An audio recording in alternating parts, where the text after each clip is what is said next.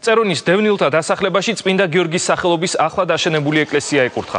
ეკლესიის მშენებლობას 2009 წელს ჩაეყარა საფუძველი და ის მცხეთა-მთიანეთის სამხარეო ადმინისტრაციის, მცხეთის მუნიციპალიტეტის თვითმმართველობის კომპანია New Energy-სა და სხვადასხვა ორგანიზაციის შემოწირულობებით აშენდა.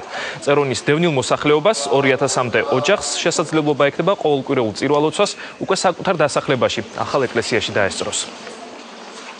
ფაქტი, რომ დასახლებაში ეკლესია აშენა, ფრედ მნიშვნელოვანია მოსახლეობისთვის. მართლმორწმუნეები ვართ და აქედან გამომდინარე მნიშვნელოვანია, რომ ამ დასახლებაში ყოფილიყო, მით უმეტეს იქ მოგეხსენებათ, რომ ეს დასახლება ძირითადად ტოლულია თავისი კუთხიდან. ძალიან მნიშვნელოვანია ამ ეკლესიის გახსნა ჩვენ გვესმის, რომ საქართველოს აქვს დიდი კულტურა რელიგიის მხრივ და ეს თქვენთვის განსაკუთრებული ფაქტია. ძალიან მნიშვნელოვანია ისიც, რომ ააშენო ეკლესია ყველა კულტურულ ცენტრში. დევნილებისათვის კი ყოფითი კომფორტის შექმნის გარდა აუცილებელია მსგავსი სულიერი თანადგომა გამოხატო.